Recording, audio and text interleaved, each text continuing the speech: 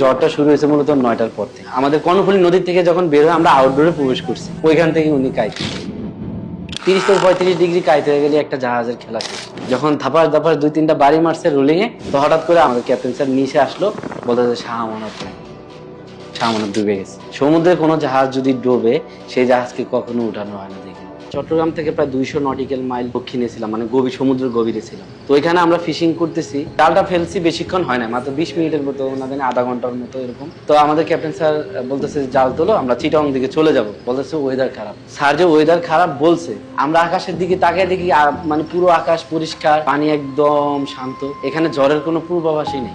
গম্ভীর একটা ভাব আছে। সমুদ্র যখন খারাপ হয় তার আগে কিন্তু একটা সিগন্যাল দেয়, এটা আমরা বুঝতে পারি। ঝাপসা একটা গরম, শরীর টরিল জ্বালাপোড়া করে, গরমটা অসহনীয় লাগে, বাতাসের উপরে একটা ঝাপসা গরম থাকে। সমুদ্র নীরব থাকলেও এক ধরনের ফুলানো রোলিং থাকে। সমুদ্র একটা অভিমান নিয়ে থাকে। আমরা জাল উঠাইলাম, উঠানোর পরে চট্টগ্রাম দিকে রওনা দিল। তো ওইখান থেকে আমাদের আস্তে আস্তে প্রায় 18 ঘন্টার রাস্তা। জাহাজ যখন চট্টগ্রাম দিয়ে চলে আসে তখন অনেকগুলো কাজ থাকে, যেমন জালগুলো ওয়াশ করা, পুরো জাহাজকে ওয়াশ করা, তারপর যে বাস্কেট টাস্কেট এগুলোকে ধোয়া মুছা করে এক জায়গায় গুছ গাছ করে রাখা। সন্ধ্যার পরই এই ঘটনাটা ছিল আসরুক্ত সময়, হালকা হালকা বাতাস শুরু হয়েছে। ঢেউয়ের যে উচ্চতা এটা আস্তে আস্তে বেড়ে যাচ্ছে। রাত 9টার পর থেকে মূলত মূল ঝড়টা শুরু হয়। তা আমরা খাওয়া দাওয়া করে আমি কেবিনে চলে গেছি। হঠাৎ করে দেখি আমার কেবিন থেকে আমি ধাপ করে একদিকে সরে গেলাম। কি হলো? এখন দেখে গেলে জাহাজ এরকম করতেছে, তাড়াতাড়ি সবাই জাহাজ থেকে মানে কেবিন থেকে হুড়ুহুড়ি করে বের হয়ে যাইতেছে। ড্যাগে আইসা দেখি ভাই একদম যা তা অবস্থা। ড্যাকের উপরে এক একটা রোলিং এই সাইড থেকে মারে, আবার এই সাইড থেকে মারে। জাহাজ প্রায় এমন কাইট হয়ে যাইতেছে, মনে হচ্ছে এই গেল। এখন আমাদের করার ওই একটাই, আল্লাহকে ডাকা। আমরা লাইফ জ্যাকেট পরে শক্ত কিছু একটা ধরে ওই জায়গায় বসে রয়েছি। আমাদের গেলিতে যে রান্না বান্না করছি, যে মানে ভাতের ডেকচি ডুকচি যা আছে, পাটিরাই সব ধুম দাম পুরা পুরা অবস্থা শেষ। এতটা ভয় পাইছি, ভাবতে পারি নাই যে আমরা এই যাত্রায় মানে ফিরে আসতে পারি। 20 থেকে 25 ডিগ্রি একটা জাহাজ কাইট হয়ে গেল, 30 থেকে 35 ডিগ্রি কাইট হয়ে গেলে একটা জাহাজের খেলা শেষ। তার মানে ভাবছেন জাহাজটা ঠিক এরকম হয়ে যেত। তো হঠাৎ করে আপনি এখন বসে রয়েছেন বা আমি এখানে বসে আছি, এখান থেকে যদি আমাকে এরকম করে বলে আমি কি এখান থেকে থাকবো? তো আমরা এরকম শক্ত কিছু ধরে আল্লাহ আল্লাহ বিল্লাহ করতেছি। আমাদের ক্যাপ্টেন তো সবাইকে বলছে যে তোমরা লাইফ জ্যাকেট পরো এবং কেউ কেবিনে থাকবা না। মানে আমাদের একটা ওই যে জায়গা আছে, ডেকের এখানে একটা জায়গা আছে যে কেউ কেবিনে যাবা না, লাইফ জ্যাকেট পরে সবাই এখানে থাকো। লাইফ জ্যাকেট আর হচ্ছে রিং বয়া, ঠিক আছে? রিং বয়া, লাইফ জ্যাকেট, এটা নিয়ে আমরা সবাই, যদি কোনো কারণে কোনো দুর্ঘটনা হয় যেন আমরা সবাই মানে সবাই স্ট্যান্ড বাই আর কথা শেষ। একদম ক্যাপ্টেন থেকে শুরু করে সবাই লাইফ জ্যাকেট পরে আমরা যদি কোনো ধরনের একটা দুর্ঘটনা করে আমরা যেন সমুদ্রে। তবে আল্লাহর রহমত আছে, আমরা ওই যাত্রায় মোটামুটি পুরো রাত এইভাবে মানে এই ঝড়ের সাথে যুদ্ধ করে করে ওই বছর ওই ঝড়ে কিন্তু একটা জাহাজ ডুবে গেছে, এফবি শাহ আমানত নামে। ওইটা একটু মিডিয়াম রেঞ্জের জাহাজ ছিল, ওইটা কিন্তু আমরা ওভারটেক করে গেছি। ওই ছোট জাহাজ তো ও মানে ওই যে ঝড়ের কারণে বেশি একটা ভালোভাবে জাহাজটা চালাইতে পারতেছে না। তো ওই জাহাজের যিনি ক্যাপ্টেন, উনি কিন্তু আমাদের জাহাজের যে ক্যাপ্টেন ছিল ওনার বন্ধু ছিল। ওনাকে আমরা ওভারটেক করে, আমাদের জাহাজটা বড় এবং অনেক ড্রাফট ছিল মোটামুটি ভাবে।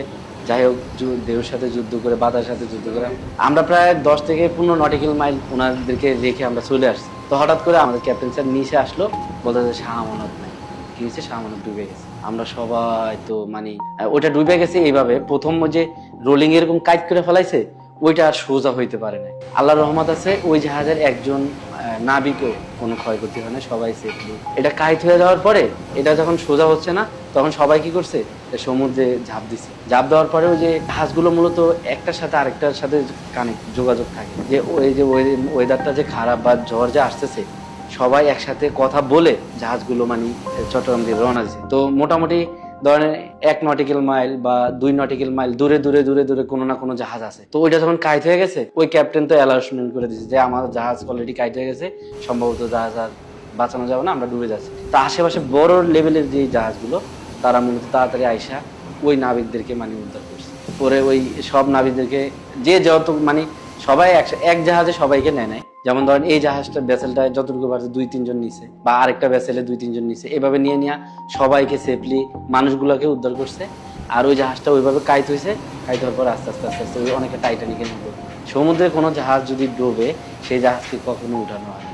এটা ফিশিং ভেসেল হোক বা অন্যান্য জাহাজ হোক, মানে যদি পুরোপুরি ডুবে যায় ওইটাকে আর কখনো উঠায় না। এটা খরচের ব্যাপার আছে, জানি না এটা ওই যে সরকারি ভাবে বা মালিক পক্ষে কি কোনো একটা জাহাজকে উঠাইতে অনেক খরচ, কোম্পানিও ঝামেলায় পড়তে পারে, অনেক কিছু চিন্তা ভাবনা করে ওই জাহাজগুলোকে আর উঠায় না। ক্যাডেট অফিসার আমরা সারা রাত ওই ঝড়ের কবলে ছিলাম, মোটামুটি ভাবে সকাল হইতে হইতে আমরা অনেকটা চট্টগ্রামের কাছাকাছি চলে আসছি। তখন আস্তে আস্তে এই ঝড়টা কাইটা গেল এবং আস্তে আস্তে সবকিছু স্বাভাবিক হওয়া শুরু করলো। আমরা আমাদের মৎস্য বন্দর বা আমাদের জেটিতে আস্তে আস্তে প্রায় দিনের 2টার মতো বাজিয়ে গেছে। আমাদের ওই ভয় যে একজন সেলর ছিল একদম নতুন, এমন ভাবে কান্নাকাটি করতেছে, ওর বিলাপ দেখে মানে আমরা সবাই জ্বর দেখে যতটুকু না ভয় পাইছি, ওরে দেখে আরো বেশি ভয় পাইছি। নাকি ওই এই মনে হয় গেল। আমাদের কর্ণফুলী নদীর থেকে যখন বের হয়ে আমরা আউটডোরে প্রবেশ করছি, ওইখান থেকে উনি কাই যখন থাপার দাপার 2-3টা বাড়ি মারছে রোলিং এ, এই তো বমি টমি করে ওই যে পড়ছে। ওইভাবে আমরা 5 দিন ছিলাম সমুদ্রে, আবার ওয়েদার খারাপের কারণে চলে আসছি। এই 5 দিন আর উনি আর কেবিনেও যায় না। আমাদের ভিডিওতে দেখে যতটা মানুষে এনজয় করে, আসলে বাস্তবটা হচ্ছে অনেক কঠিন।